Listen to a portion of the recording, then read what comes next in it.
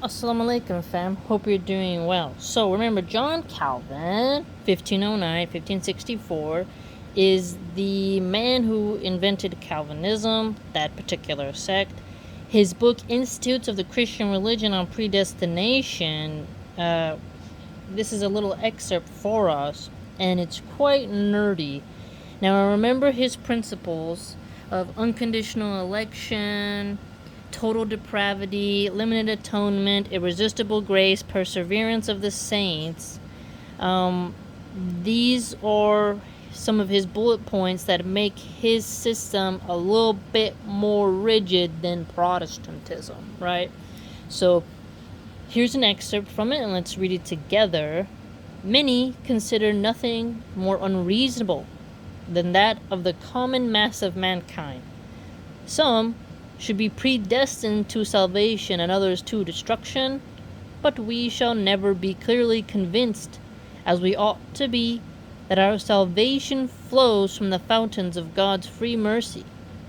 So, notice this, how he said, clearly convinced and concerning salvation. Now remember, Catholicism had no certainty of salvation, right? Certainty of salvation. Compare that to Calvinists who are saying, you cannot be certain, right? We are acquainted with his eternal election. Now remember,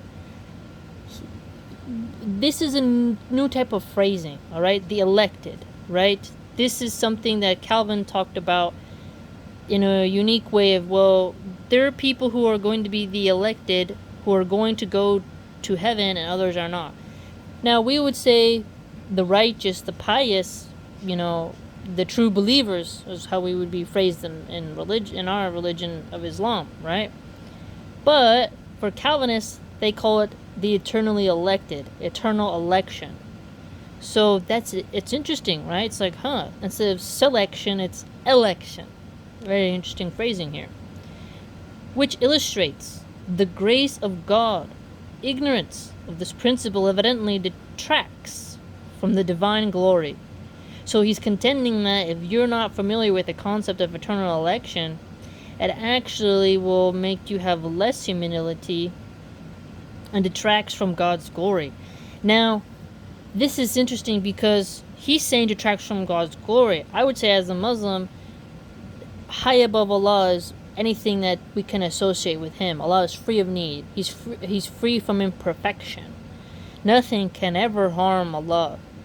But for Calvinists, he contends that human beings, because there's this common mass, they're just, unreasonable, they're ignorant, and them not knowing this eternal election detracts from the divine glory. Now, you can argue, he could say their perception of the glory, it doesn't, because they don't know this principle, it somehow makes them, dishonor God.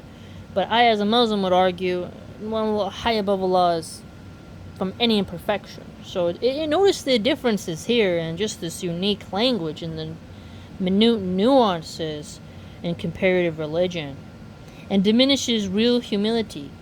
So this is interesting. He contends that you will not be as humble if you don't understand the concepts of eternal election. But according to Paul, what is necessary to be known never can be known, unless God, without any regard to works, chooses those whom he has decreed. Now this is interesting. Again, he comes into us is without any regard to works. So remember, a lot of religions fight about this topic. How much do good works play in how much, right? Now, in hadith, we have examples of people doing good deeds and earning paradise, right? Even if they didn't offer salah. So it's very interesting when you look how a Calvinist would word it as, well, there's no regard. Allah will choose who he chooses. And he could choose somebody who doesn't even do good works. This is who he's decreed. It's who's he decreed. It's very interesting. We have the night of Al-Qadr, right? The night of decree.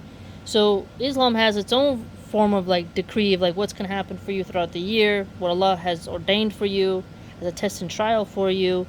But notice how the Calvinists have a different phrasing, and it's different, but it is this similarity in language, but still different and distinct, right?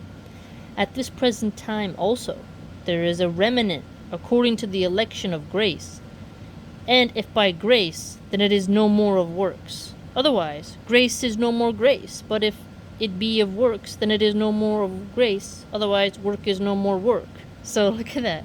So he's contending that God will choose regarding to your works, which doesn't matter about grace, or he'll choose by grace and doesn't have your works. Remember, he contended that it can't be both. It's either or. I would love to read his book to see how he got to that kind of reasoning. Because as a Muslim, I would say, no, Allah takes into everything you did. And this also comes into what many philosophers talk about, just free will. But again, the predestination issue is a serious issue. But again, I would argue there are things that our hearts and minds just can't comprehend, So who knows how it all forms out in the end. But still, it's interesting to compare and contrast what John Calvin is saying for us.